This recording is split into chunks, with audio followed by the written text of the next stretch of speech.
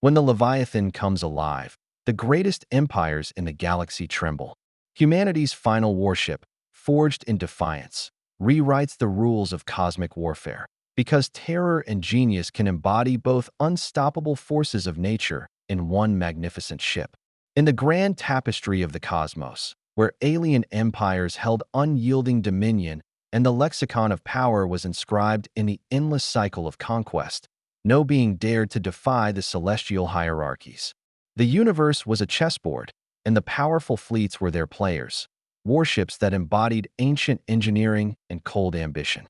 For millennia, these alien armadas patrolled the star systems, their dominion unquestioned, their power unrivaled.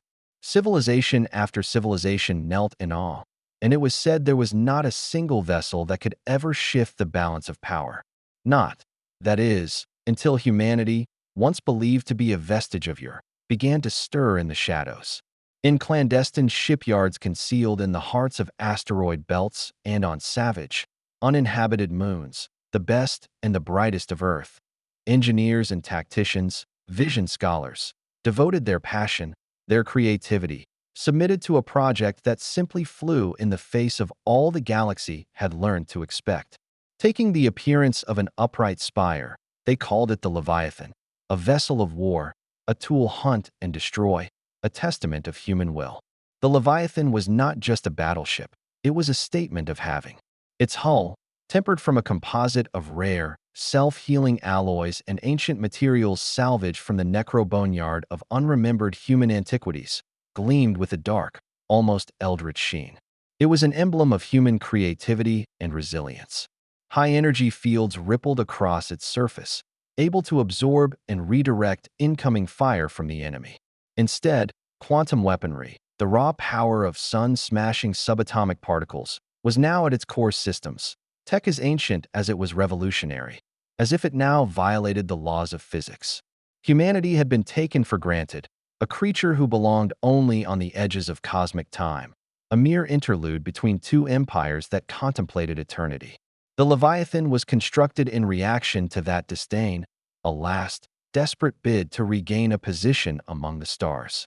The project could hardly have been more secretive, a national obsession tinged with half pride and half existential dread.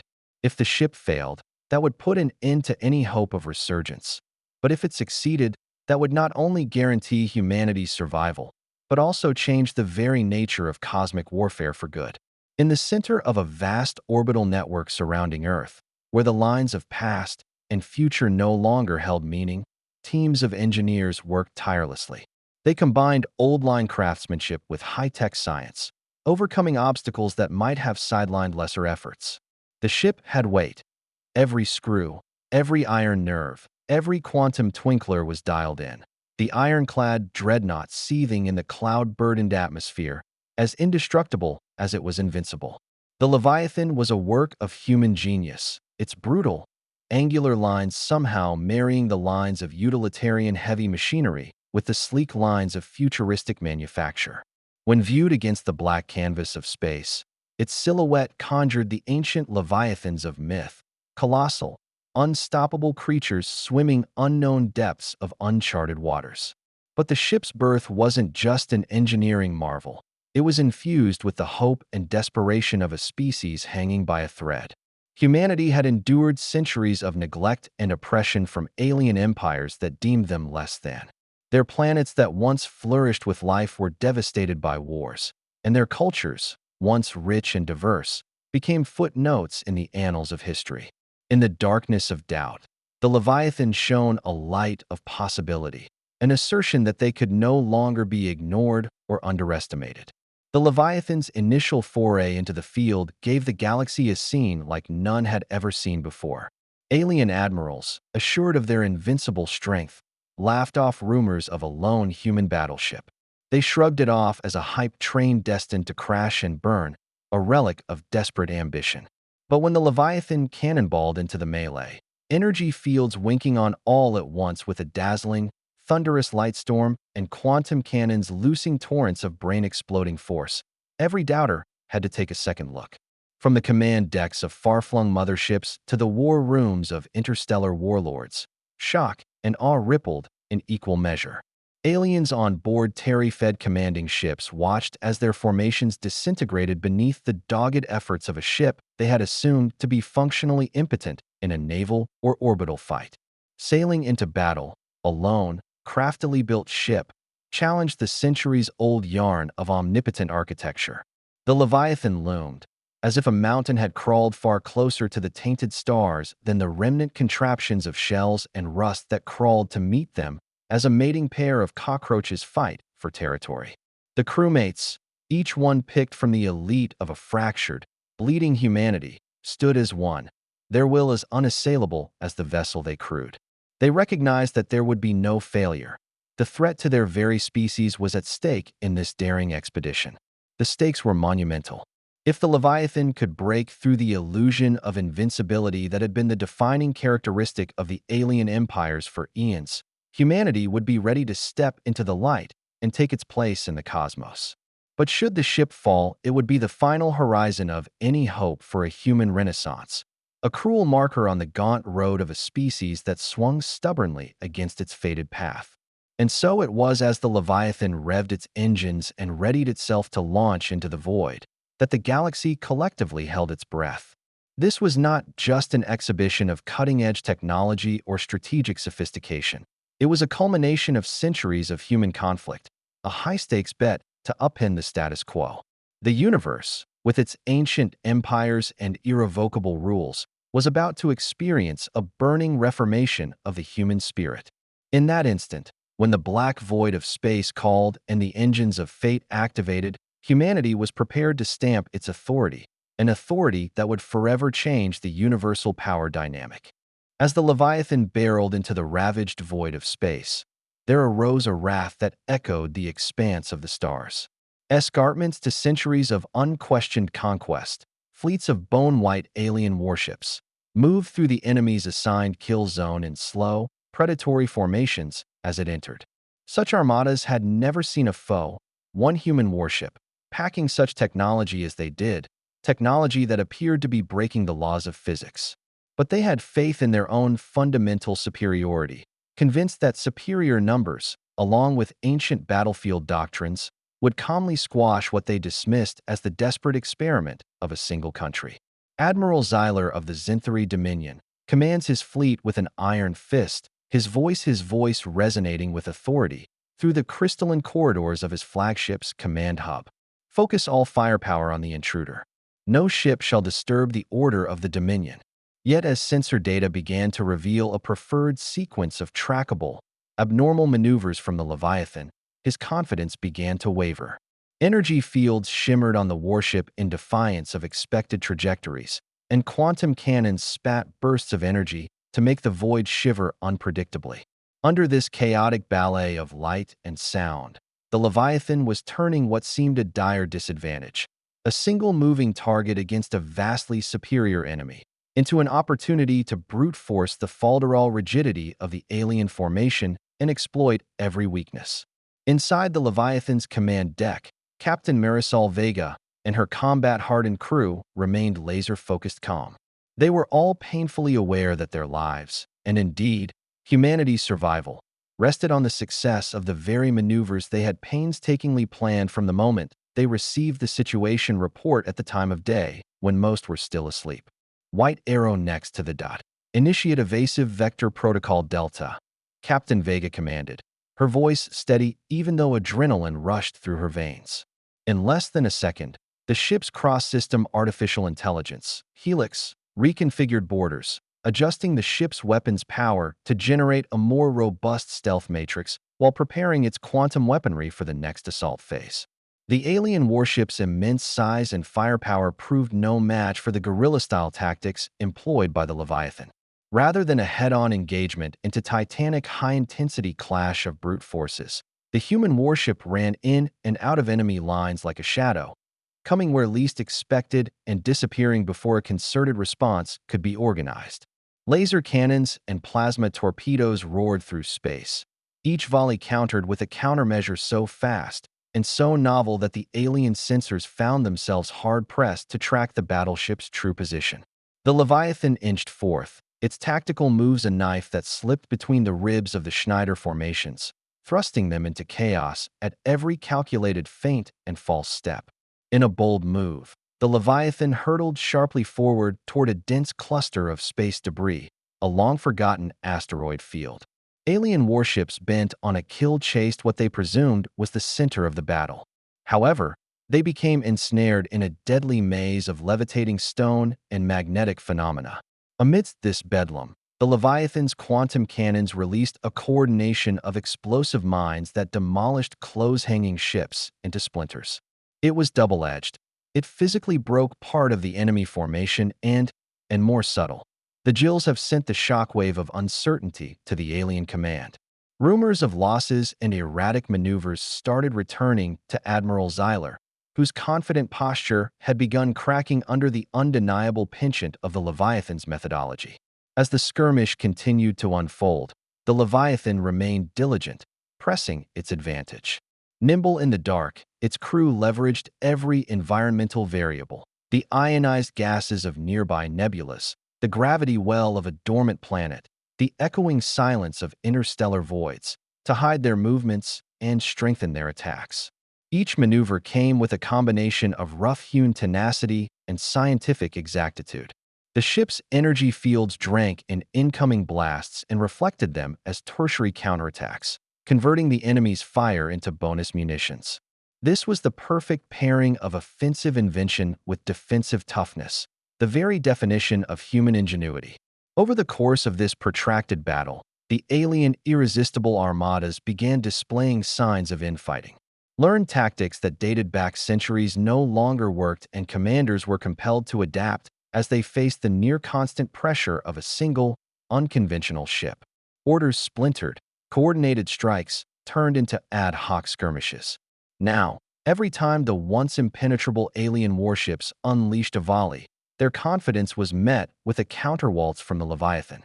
There on the bridge of the Leviathan, Captain Vega relished a rare moment of satisfaction, a wordless realization that their gamble was paying in dividends. Every surge of power unleashed from their quantum guns, every desperate wriggle and rearrangement, was a dent in the invincible death rattle of the alien arms. The lone human warship was pulling a remarkable maneuver on the largest stage right in the dark, hostile vacuum of space, rewriting the rules of engagement entirely and proving that even overwhelming numbers posed little threat to genius and determination. The enemy command had indeed made a commendable choice in surrounding the neighborhood, for as the alien fleets struggled to recover from the jarring havoc brought forth through the Leviathan's erratic maneuvers, a sense of desperation was washing over them. In the emptiness, where proud armadas once beat down throughout the void like a parasite, despair was awakening. The alien commanders, now rushing to realign their forces, sent out frantic orders in an attempt to regain control. Yet every edict was met only with further resistance. As the Leviathan pressed its months-long campaign of hit-and-run assaults, each blow more daring than the last.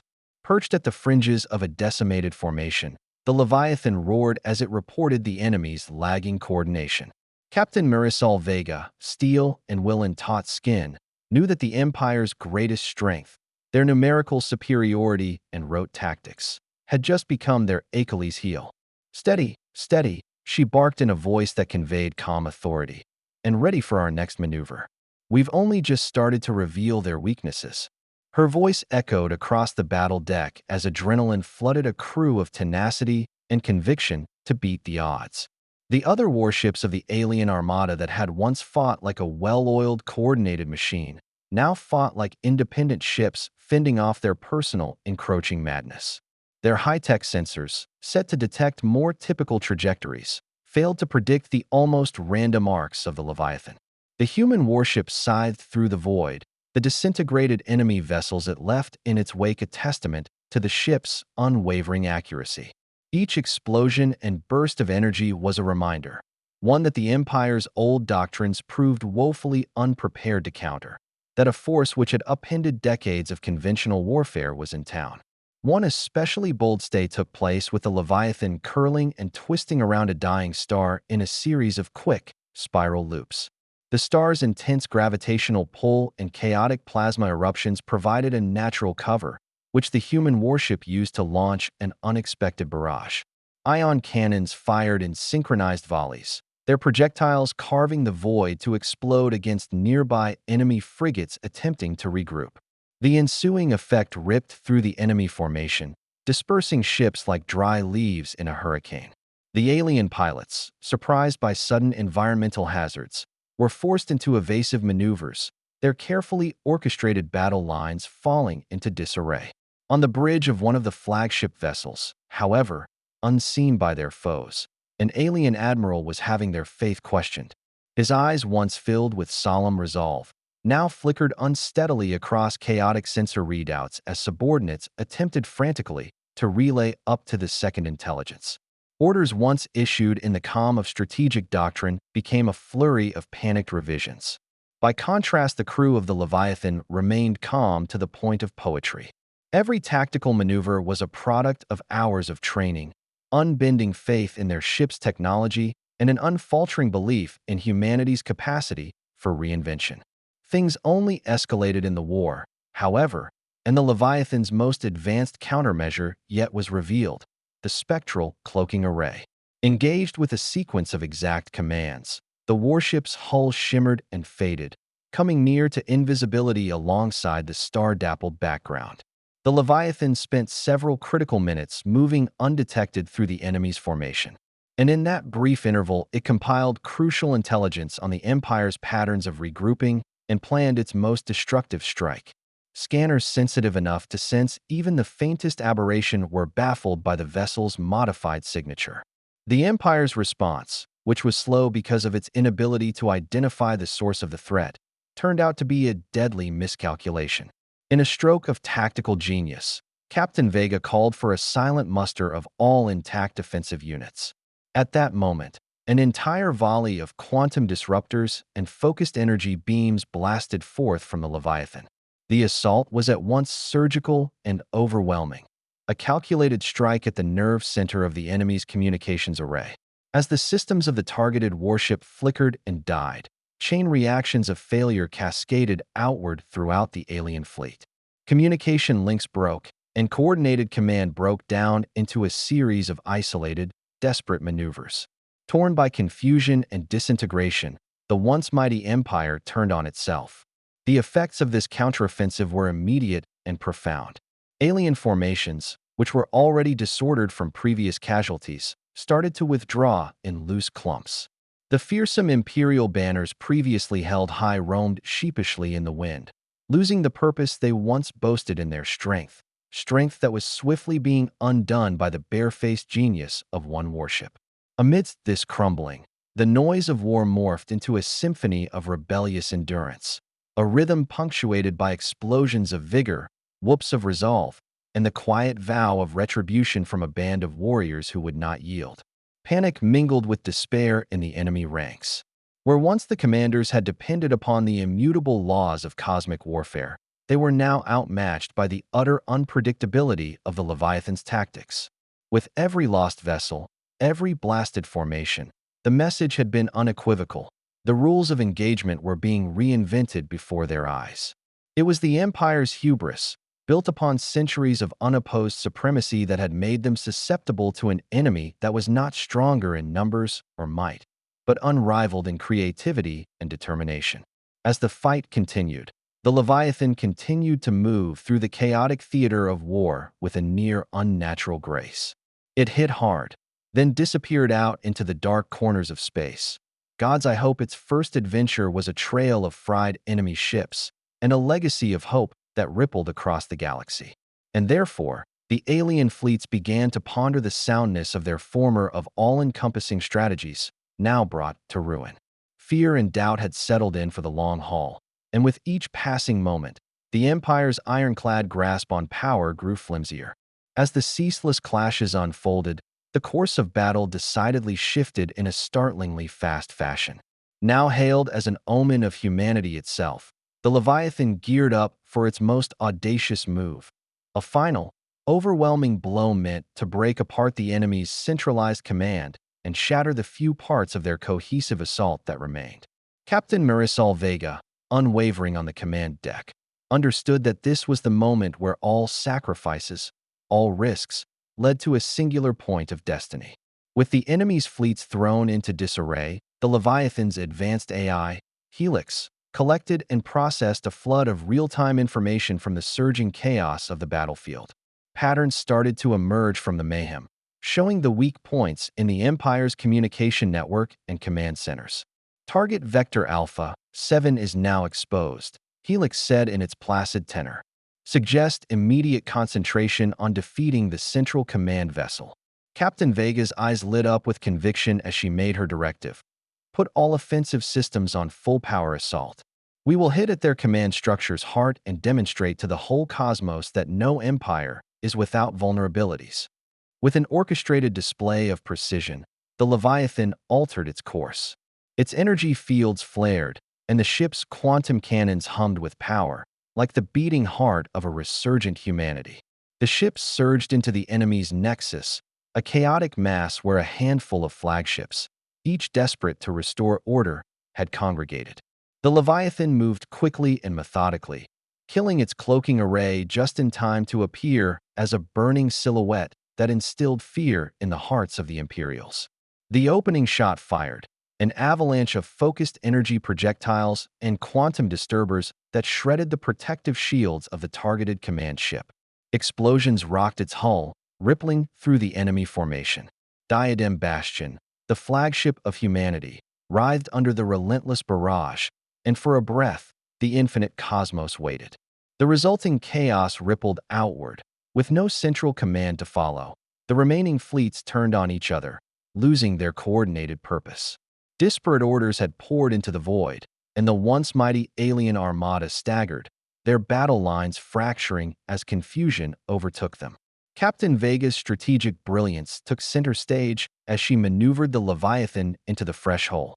The warship planned every move in such a way that it was impossible to deploy countermeasures in time. Energy shields diverted incoming fire into harmless arcs of light, while the ship's quantum cannons fired in a steady volley. Each strike was a carefully aimed blow, degrading the enemy's ability to communicate and coordinate a next step.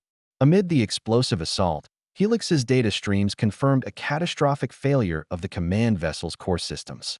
And then, the enemy flagship, the keystone in the arch of the Galactic Empire's grip, suddenly broke apart in a conflagration of cascade power relay spikes and collapsing energy matrices. The destruction was total and stunning. As the capital ship dissolved into a maelstrom of burning debris and disturbed energies, the remaining Imperial forces were thrown into disarray. The broken communication network left them unable to regroup, and scores of ships, once brooding parts of an intimidating armada, now floated like so much debris. Blinding flashes of quantum explosions and the Leviathan's Leviathan roar was the clarion call for a new order, a new age where man's creativity conquered all. The alien warlords who once ruled forever now could not bear to look at the pictures of their fallen or broken comrades among the ruins. Their empire, constructed over centuries on the foundation of ruthless conquest and unopposed domination, was disintegrating before their very eyes. Big Teak and its fellow Royalton conquerors, powerful as they were, wrote an embossing in the record of their conquest that was a clean cut in the impervious sheen of their supremacy. For every broken hull, for every dim filament of a ship blown to components, was a marker that no infrastructure was sacred, and all it took was one do-the-rat combatant to finish a constellation. Within the Leviathan, the crew possessed an almost religious sense of unity. And to get there, it took their combined work. Work that would have this moment written in history as the point where a war that once seemed never-ending started to change. Her voice reverberated through the ship as she spoke over the intercom, Captain Vega filled with a sense of pride and gravitas. Now, I am here to say, we have not just won a battle, we have changed the course of the galaxy. Let this victory be a light unto every oppressed person, that all is not lost, that humanity's spirit is invincible. The messages of victory spread like wildfire across the stars in the wake of the devastating blow dealt to the Empire. Countries long in the chains of tyranny shook with newfound pride, and rebel factions ignited revolts in places that had been too quiet for too long. The Leviathan's decisive blow had fractured the old order. The galactic tyrants were left racing to come up with a new plan to restore their lost empire. The message was undeniable. Humanity had constructed the most feared vessel known to any race in the universe, and now they wielded that power. The Leviathan swung away from the burning husk of the enemy command, its hull still red with the recent fury of battle, and Captain Vega took a moment of reverie. In that moment of calm, the enormity of the victory and the obligations that came with it descended over her and her crew. They had thrown the world into revolution, not just through brute force, but through a sheer will to transform and transcend adversity, solipsism, and despair. Their old empires, too, burnt down to nothing but echoes of bygone epicness. They would be forced to concede that the galactic socio-political equilibrium had changed forever. The universe flickered and rippled under the immediate impact of the devastating blow to the Imperial command, and the so distanced and unified those who stood there as friends and foes alike. Their empires known, and their interstellar fleets rendered into disarray without a leader, the once great aliens could only flail about, searching for and which of their remnants was a shadow of their former glory. Chaos and panic took hold as commanders, still disoriented by the seismic collapse of their central nervous system, frantically attempted to issue countermanding orders. But every effort at reorganization was strangled in the throat by the sheer disorder set loose by the Leviathan's assault. It felt like the very essence of themselves, their military doctrine, had been ripped to shreds, with only a discombobulated memory of invulnerability remaining. And the Leviathan, in this chaos, became a ghost of vengeance. A ghost, because every movement it made was the punctuation to the futility of resistance. Marisol Vega, the captain, gripped the helm at an angle, her gaze resting his enemy lines disintegrating below with a sense half triumph, half sober responsibility. Her gaze, mirroring the flickering embers of quantum detonations simmering, the void's after-image of crippled dreadnoughts trailing away, knew that this would be the last time of anything, the end of an age of unbridled tyranny. The win wasn't just tactical, it was a deep symbolic turnaround, marking the beginning of a new galactic order. The alien warlords who had ruled so smugly for centuries were now alone in the darkness of their failing warships. Desperate to regain even a modicum of control, they tried to launch sporadic counterattacks. Yet, this deep intelligence gleaned from the advanced systems of the Leviathan meant every response was predicted and countered. There was no margin for error with the warship's relentless precision. With every successful strike, it took out another piece of the enemy's command structure, sending an unmistakable message that human ingenuity could indeed circumvent centuries of entrenched power. Word of this historic defeat spread quickly through the galaxy. Messages from formerly rare rebel cells and beleaguered worlds, long silenced beneath the boot of imperial oppression, crackled with new life and ambition. Planetary governors cowering in the shadows of servitude started to rally their populace. In clandestine meetings and unscheduled broadcasts, defiant words called out, "The Leviathan has demonstrated our oppressors are not infallible. The era of fear is over." Their spark and nerve ignited into a burning flame of rebellion that would wash across star systems in a cleansing tide of resistance large enough to consume the last remnants of a dying empire. On the Leviathan's bridge, everyone had gathered around the screen, watching through a moment of stillness, the enemy fleets splitting apart, drifting chunks of burning metal and energy. For many, it was a bittersweet triumph, one that encapsulated their frantic toil and sacrifices in their lives and stories, but also one that drew the specter of leadership, graver than ever before, now resting firmly upon their shoulders.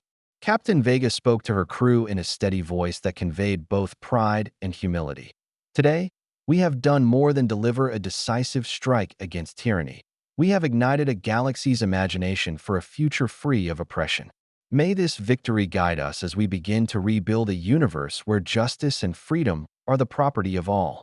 The stakes of this moment loomed well beyond the battlefield. The alien empires had long believed they were untouchable, but the human spirit was not so easily extinguished, and for the first time in eons they were forced to come to terms with a fundamental truth: the balance of power was changing. and the broken shells of their command ships, adrift between the stars, were a bitter reminder of the entrenchants of that which once seemed eternal.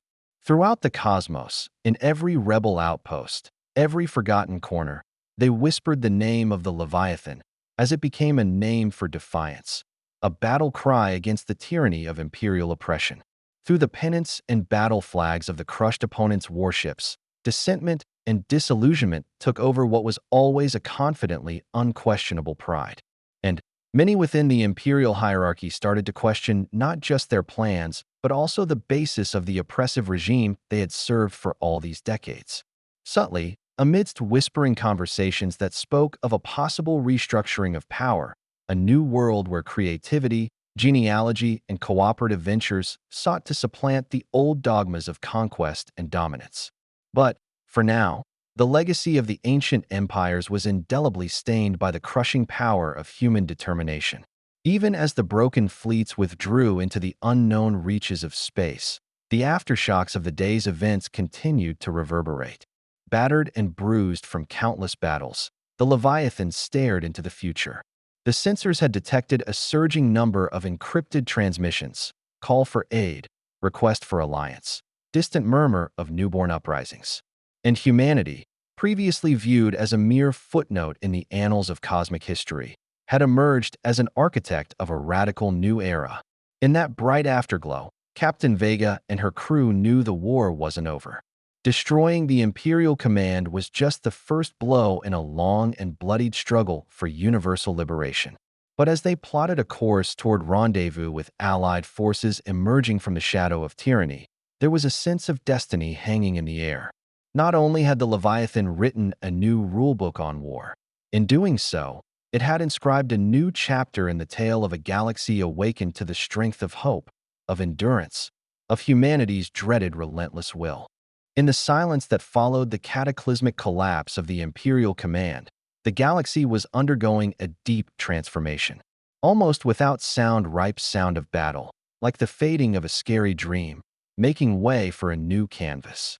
Ruins of once proud and powerful, now oppressive centers of authority mark the fallen empire like silent tombstones. In innumerable star systems, a wary hope blossomed. Long oppressed communities MVE from shadows of their former hates with the tenacity to create a new universe based on the principles of harmony, technology, justice, and liberty. In the aftermath of the Leviathan's crushing defeat, rebel factions and previously enslaved planets started to come together, their once mum voices clamoring for freedom in a chorus of discontentment.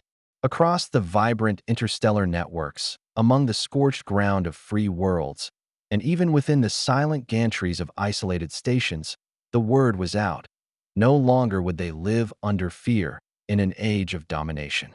The Leviathan had demonstrated that a single ship, propelling itself on the back of human ingenuity and an unquenchable thirst for survival, could make soup of even the most calcified empires. Captain Marisol Vega and her crew were hailed as heroes throughout the cosmos, their legendary feat just the start of a new path ahead. During debriefings and memorial services aboard the Leviathan, the crew contemplated the high price of victory. They paid tribute to the sacrifices of the fallen men and women, their memories woven into the scars on every inch of the ship's hull. These bittersweet remembrances became the bedrock upon which the new order would be constructed, a pact that in pursuit of a brighter future no life would be forgotten. Back on Earth and the myriad human colonies sprawled across the stars, celebrations erupted as news of the Leviathan's triumph swept like wildfire. Statues were erected, murals painted and songs written to commemorate the day humanity made its stand and redrew the rules of cosmic engagement. They were the species once dismissed and underestimated, that had found their way to the forefront of an evolution that was changing the face of interstellar politics. Allies from countless worlds flocked to Terrace, pioneers, revolutionaries, lead assassins, seeking to glean all they could from humanity's newly found strength, to pledge their commitment to humanity, and to request alliances of greater peace. But amid the jubilation, a sober reality began to settle in. The old powers of the galaxy, humiliated and weakened by their defeat, were racing to devise new strategies for how to still matter. The broken fleets of the fallen empire fled into the void, and fear and resentment bubbled among ex-warlords. Their demise served as an outright wake-up call that sheer power was no longer equated to unavoidable dominance, and that the scales of the universe had tipped in a way that could never be set right again. Gathered in war rooms and other secretive enclaves, these erstwhile titans discussed the future, cognizant that their prelapsarian order could never be fully replicated. Instead, they had the hard labor of adjusting to a cosmos where only innovation and sturdiness mattered. For humanity, the triumph of the Leviathan was a jubilation and a chalice to responsibility. The new era would need at once military force and the wisdom to rebuild societies torn apart by centuries of oppression. In the wake of the Leviathan's liberation, and as doors once barred against one another slowly creaked ajar, Captain Vega made an oath that would carry through the entirety of the freed systems, that the might held by those who toppled empires would not be used for conquest, but instead in service of all peoples who suffered under the tyranny of man. In this reshaped cosmic terrain, the Leviathan was no longer just a warship, but a legend, a symbol of defiance and hope that would always remind the galaxy of the day humanity truly claimed its right to exist, to lead, to inspire. The galaxy learned the truth. The most feared warship in the universe had a name, and it was humanity.